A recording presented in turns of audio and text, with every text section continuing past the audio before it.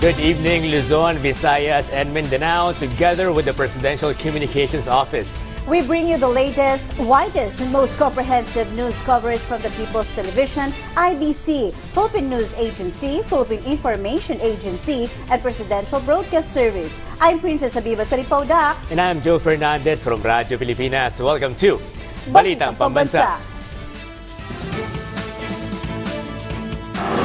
Tonight's headlines. President Ferdinand R. Marcos Jr. returns to Camarines Sur to deliver more assistance to farmers, fisherfolks, and their families who are battered by the onslaught of severe tropical storm Christine. President Ferdinand R. Marcos Jr. orders a round-the-clock monitoring of water levels in waterways amid the onslaught of Typhoon Marcy. The number of jobless Filipinos drops to 1.89 million, equivalent to 3.7% in September. The Philippines reclaiming its title as the fastest-growing internet economy in Southeast Asia is proof the Marcos administration's digital economy strategies are effective. President Ferdinand R. Marcos Jr. congratulates U.S. President-elect Donald Trump and eyes to work with him on various issues that will benefit and deepen the relations between the two nations. The people of Albay and Camarines Sur, most of whom left him out in their ballots in May 2022, did not expect this reprise or return effort from the president, who came to follow up 2 weeks after with more aid, relief, financial help, and a tremendous show of care and support for the hard-hit Bicolano victims of Christine. And several aid beneficiaries could not hold their emotions in check for being so moved and touched when they received the help up close, as we hear more from our Hazel Pardilla. The words Uragon and brave are often used to describe Alfredo, a hard-working farmer in Albay. But after his rice farm in Legazpi went underwater from Typhoon Christine's rains, he felt helpless and devastated. Hindi naman bininta. Kulang pagkain.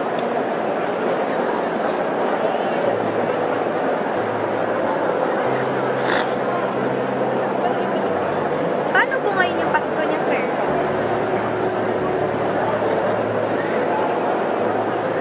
Wala lang.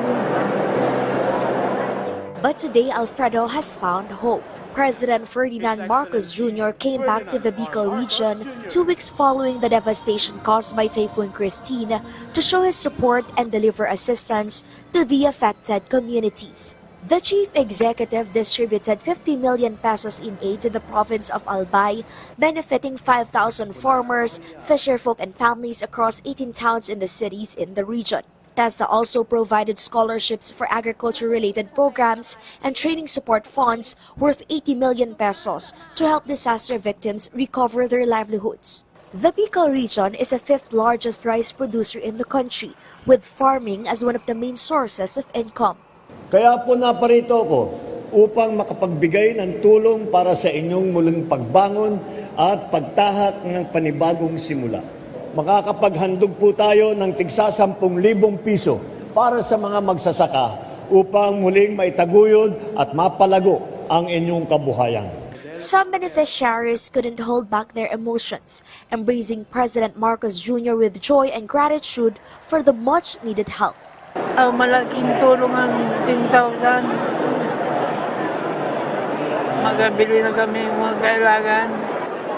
Nagpapasalamat ako sa assistance na binigay ni BBM kasi malaking tulong na po. Malaking tulong po sa amin, pati sa mga kabarangay ko. Just last week, 130 million pesos in aid was distributed across Albay, Camarines Sur, and Naga, providing relief to even more communities impacted by the typhoon. The president has focused on the urgent delivery of relief goods and rescue operations to those in need, ensuring the assistance reaches every affected family. Ngayon na medyo nalampasan na natin yung phase na yon, andito naman tayo para bibigyan ng tulong yung mga nasiraan ng hanapbuhay, lalo na yung ating mga magsasaka at yung ating mga mangingisda. Dahil alam naman natin, pagdaan ng bagyo, pagdaan ng ganitong klaseng baha, ay ang daming nasisirang tanim, ang daming nasisirang mga fish pen. Nakita nga namin ito nung unang bisita namin dito. Kaya sabi ko, hindi lamang yung binibigay ng Department of Agriculture, ngunit idadagdag pa natin. Acting Governor Glenda Bongawa of Albay emphasized how much the President values the welfare of disaster victims, particularly those in the agricultural sector. She expressed deep appreciation for his leadership and swift action. Ang pagbisita po ng ating Pangulo ngayong araw ay isang patunay kung gaano kayo kahalaga aming mga magsasaka at mangingisda. Mr. President, pangalawang linggo ko na po ito bilang acting governor at pangalawang beses ko na rin po kayong nakikita dito sa rehiyong Bicol. Tunay na inaalagaan niyo po ang mga uragon na Bicolano. Moreover, President Marcos is committed to addressing long-term solutions to the challenges posed by climate change. The government has instructed the Department of Public Works and Highways to ensure the infrastructure projects are not only safe but also durable and resilient in the face of future disasters. To speed up the response, access to NDRRMC funds has been streamlined for emergency use.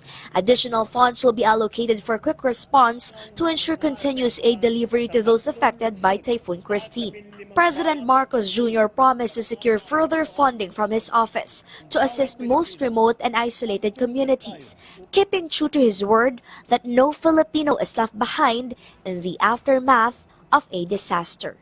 From PTV Manila, Clay Zalpardilia, Balitang Pambansa.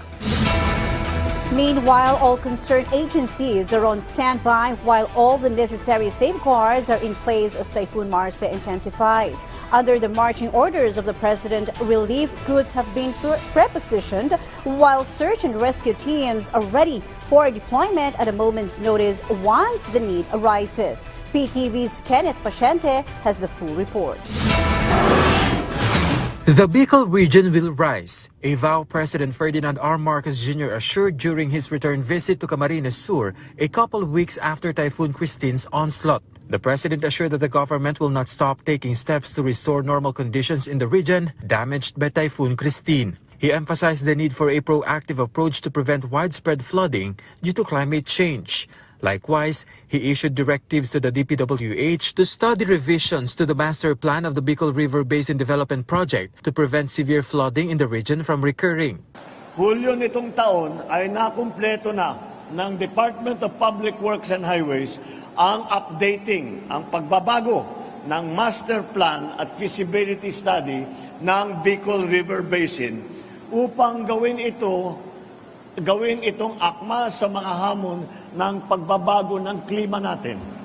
Sa kasalukuyan ay inaayos na ang detailed engineering design na inaasahang masisimulan sa first quarter na susunod na taon. Next year, pagsimula ng pagpasok ng New Year na 2025 ay masisimulan na natin itong ating mga ginawang plano para hindi na ganito kalala ang pagbabaha sa Bicol River Basin. The DPWH, DNR, and DILG were also instructed to cooperate with local governments to ensure the project is integrated and future-ready. The Chief Executive also directed the DPWH, DOTR, and DTI to procure only durable and high-quality materials for infrastructure construction to ensure longevity. Meanwhile, the DBM was instructed to have their quick response fund ready at all times. The President also acknowledged the assistance received by the Philippines from other countries in the wake of the recent typhoons. Nais kong muling pasalamatan ng ating mga kasamahan sa ASEAN. Ang ASEAN na nagpadala po ng tulong kahit kagaya ng ibang lugar, tinamaan din sila ng bagyo, ngunit binigyan pa rin tayo ng tulong. Kaya't nagpadala sila ng eroplano, nagpadala sila ng gamit, pati na rin ang pribadong sektor na handang umagapay sa pagpapalawig ng mga proyekto ng pamahalaan. Meanwhile, farmers and fisher folk affected by the recent typhoon received financial assistance, like Salvador, whose farm went under. his investment of around 50,000 pesos completely wasted. Maali ka ng isang hektarya, 80 baka kalahati na lang o kaya mga 30% na lang. Kaya ano kami, luging-lugi kami pagsasaka ngayon. The President personally handed financial aid to beneficiaries amounting to 50 million pesos, 5,000 beneficiaries receiving 10,000 pesos each. Umaasa ako na sa tulong at suportang iniabot namin sa inyo ngayon, kayo ay magkakaroon ng sapat na kakayahan upang makabangon muli. Naglaan po ng 50 milyong piso ang tanggapan ng Pangulo na ipapamahagi ng DSWD sa mga naapektuhan ng bagyo. Makakatanggap ng tig-10,000 piso ang 5,000 magsasaka, mangingisda at iba pang pamilyang naapektuhan. The beneficiaries expressed their heartfelt appreciation. Pag tanim na naman huli, bibili kami ng seeds. Tapos, naman po, naman kami. Dahil kayo po talagang kami, luging-lugi kami mga magsasaka. Kahit po kami dinanan ni Christine, yung baha, at least po, babangon din kami. Maraming salamat po sa inyo pong pagsuporta sa mga magsasaka po para maitaguyod po yung hanap buhay. Apart from the financial assistance from the Office of the President, the Agriculture Department also extended help such as seeds and fertilizers, as well as financial aid and indemnity checks from the Philippine Crop Insurance Corporation. DSWD records indicate over 400,000 family food packs have been distributed in the Bicol region, reaching areas that went under flood waters. From PTV, Kenneth Pente, Balitang Pambansa. With Tropical Storm Marce closing in on northern Luzon, the President ordered the concerned agencies to ensure high-functioning and reliable communications with the LGUs of affected locations, instructed the strict observance of excess water spillage in dams and reservoirs, and directed his disaster response teams to be good to go at a moment's notice for rescue relief efforts and relief distribution, among others. Our Kenneth Pente fills us in with the rest.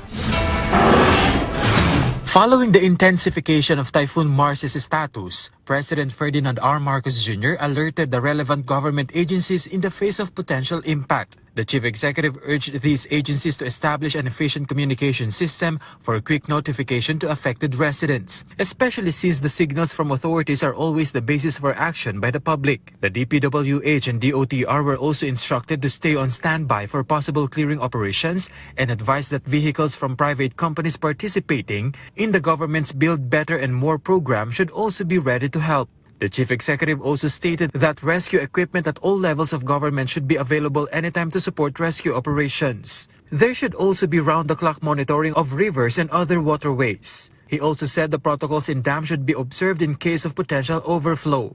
The President also said that relief goods should be in safe storage locations to be quickly distributed to those affected by the typhoon. He also thanked the healthcare workers who go on standby to provide medical attention to those in need. The Chief Executive reiterated the importance of preparedness and caution, stressing every life is valuable. From PTV, Kenneth Pente, Balitang Pambansa.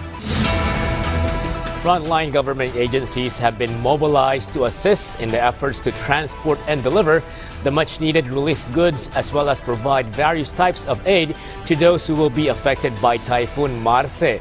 For their part, the Department of Social Welfare and Development, or DSWD, says that it is creating a national stockpile of relief supplies. DSWD Undersecretary Diana Rose Cahipe says the agency has already prepared 300,000 family food packs for areas within the path of Typhoon Marce. Meanwhile, a report from the Philippine News Agency said that the Department of the Interior and Local Government, or DILG, urged local government units, or LGUs, to ramp up their preparations for the most recent weather disturbance. DILG Undersecretary Serafin Barreto Jr. reminded LGUs to prepare for Marce and ensure that all evacuation centers are ready as well. The agency has also instructed its attached agencies, the Philippine National Police, Bureau of Fire Protection, and Bureau of Jail Management and Penology, to be on standby and to make sure that their personnel are ready for possible deployment to typhoon-affected areas. The center of the eye of Typhoon Marce was seen at 285 kilometers east of Apari, Cagayan. With maximum sustained winds of 150 kilometers per hour, gustiness reaching 185 kilometers per hour and is moving westward slowly. Stormy weather will be felt in Batanes, Cagayan, including Babuyan Islands, Apayao, Abra, Kalinga, and Ilocos Norte. Rains with gusty winds will fall in the rest of Cagayan Valley, the rest of Cordillera Administrative Region, the rest of Ilocos Region, and Aurora. The province of Bicol Region and Quezon will have cloudy skies with scattered rains and thunderstorms brought by the trough of Marce. Meanwhile, Metro Manila and the rest of the country will experience partly cloudy to cloudy skies with isolated rain showers or thunderstorms due to localized thunderstorms. On the other news, extreme weather fueled by climate change has visited so much devastation, death and misery to the nation over the last 4 months, beginning with typhoons Karina, Enteng, Maria, the enhanced southwest monsoon in August, all the way to killer tropical storm Christine in late October. Most of the ruin to property, crops, and lives has been from excess rainfall that translated into unprecedented floodings, landslide in the hillsides, and mud all over the inside and homes and elsewhere. Hence the urgency for flood control, which the President responded to today with the approval of 2 critically needed projects in Cavite and the Pasig Marikina Channel that our Kenneth Pente dwells on in this report. In the face of climate change and its challenges, the government will focus more on 2 major flood control projects in the country. In the 22nd NEDA board meeting led by President Ferdinand R. Marcos Jr., the board approved the expansion of the construction and other adjustments for the Cavite Industrial Area Flood Risk Management Project and the Pasig Marikina River Channel Improvement Project Phase 4. According to the Presidential Communications Office, the board approved the additional project cost of the Cavite Industrial Area Flood Risk Management Project from the previous 9.891 billion pesos, which now is over 22 billion pesos. The President stated that the capability of the structure in adapting to changing weather should be prioritized, as well as housing for areas that could be affected. He added that funding will increase due to the adjustments, but confirmed still falls within the guidelines. The board also approved an extension for the project implementation period from April this year until September 2029. Additional work for the project was also approved, such as the widening of diversion channels and additional drainage. The project's loan reallocation was likewise adjusted, totaling 1.042 billion Japanese yen from consulting services and contingencies. As of now, the project's physical accomplishment is at 44%, with a fund utilization rate of around 35% disbursed for this.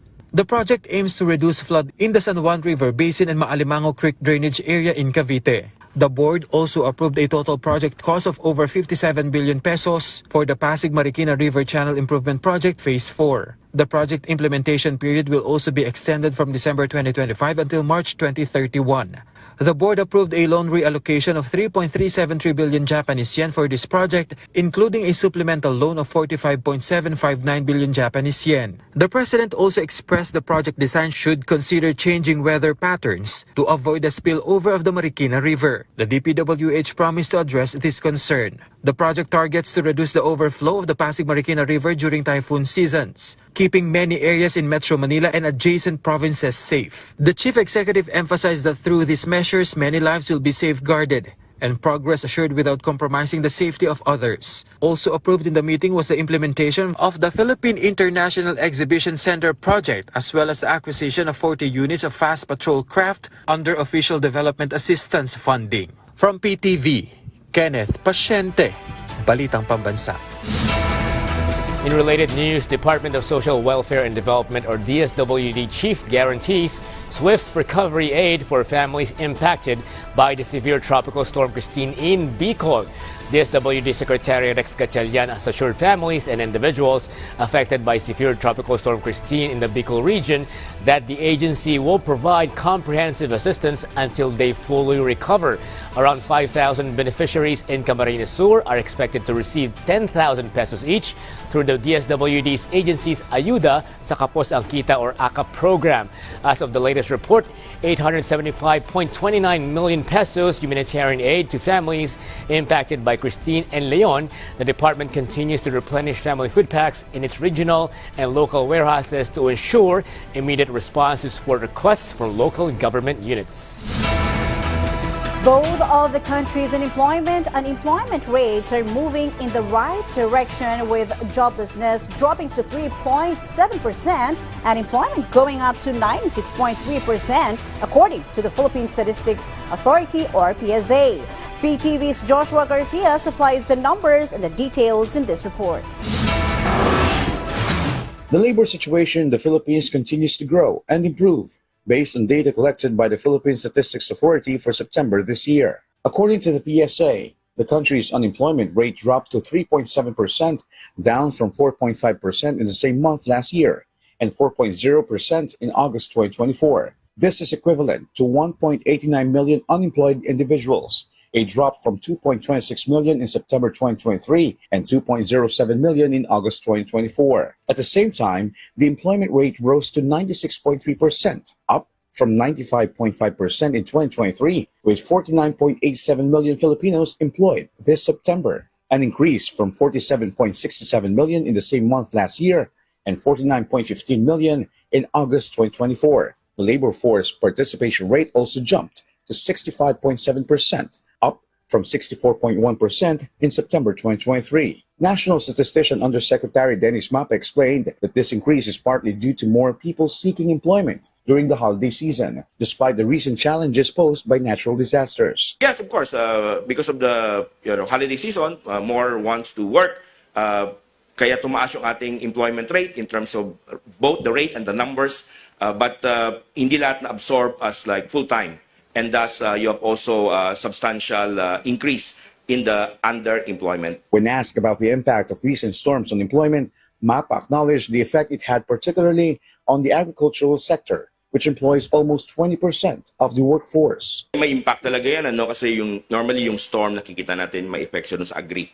Remember yung agricultural sector natin, mga almost 20% of our workers. However, the outlook remains positive, with more people entering the labor market, particularly in retail, accommodation, and supermarkets hiring seasonal workers during the Burr months. Meanwhile, National Economic Development Authority Secretary Arsenio Balisacan stated that the government continues to prioritize improving the quality of jobs and increasing the incomes of Filipino workers. He emphasized the importance of initiatives such as the passage of the Konektadong Pinoy Bill and the efforts to equip the workforce with emerging skills, especially in digital technologies and innovations. He added the government is also implementing supply and demand side interventions to meet the quality employment targets outlined in the Philippine Development Plan 2023-2028. Additionally, both NEDA and the Department of Labor and Employment or DOLE are continuing their projects and programs in partnership with the private sector, particularly in creating more quality jobs and building the capacities of Filipino workers. Meanwhile, Finance Secretary Ralph G. Recto highlighted the nation's demographic advantage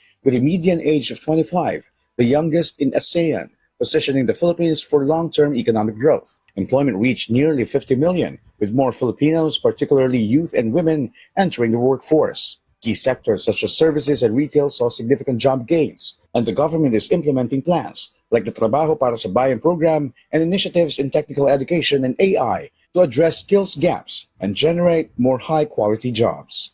From PTV Manila, Joshua Garcia, Balitang, Pambansa. More from the PSA, the Philippine Statistics Authority revised upward the gross domestic product or GDP growth rate for the second quarter of 2024. Based on the information gathered by the Philippine News Agency, PSA adjusted its GDP estimate to 6.4% from 6.3%. The major contributors to upward revision were manufacturing, which grew by 3.9%, and accommodation and food services activities that went up from 10.4% to 12.1%. Moreover, real estate and ownership of dwellings, which rose from 7.2% to 7.6%, also contributed to the upward revision.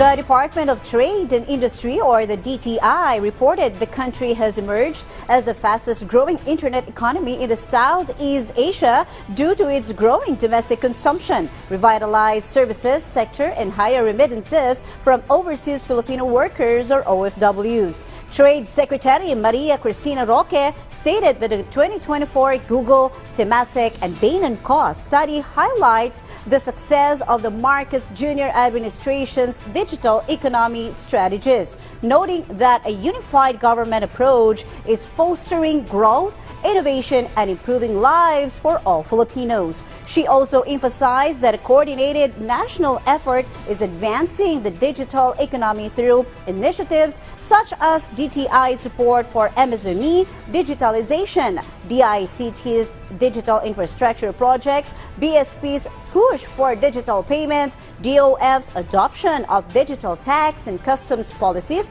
and Congress' passage of relevant laws. The Department of Trade and Industry, or DTI, and the Department of Information and Communications Technology, or DICT, launched e-report system for faster resolution of online consumer complaints on eGovPH app. Department of Trade and Industry, or DTI, Secretary Maria Cristina Roque and Department of Information and Communications Technology, or DICT, Secretary Ivan John Uy led the ceremonial launch of e-report system for online consumer complaints. It is a new feature within the eGovPH app that allows users to file complaints related to e-commerce transactions. This joint DTI-DICT initiative aligns the Internet Transactions Act of 2023, which requires DTI through the E-commerce Bureau to handle and monitor complaints, ensuring their swift resolution. Meanwhile, the 40th Housing Unit from Balok Project of Siquijor Police Provincial Office has finally turned over to underprivileged family in Enrique Villanueva Town. Philippine Information Agency Central Visayas Josette Antista has a full report. The Siquijor Police Provincial Office, or SPPO, turned over a house to a young widow with 2 children who have no decent shelter in the town of Enrique Villanueva in Siquijor. This is the 40th housing unit the SPPO turned over under its Balok Project. Tako jud ako kalipay nga naa na jud koy ako ang balay. Di na ko magkwenta og magkwenta bigid ko kay lahan mo ko nga naa jud ka galing og kwarto, pero at least na koy silbi nga kasugdan ba. Launched in August of 2020, the Balok Project aims to support underprivileged families that lack proper housing. It was first adopted by the Provincial Office of Siquijor.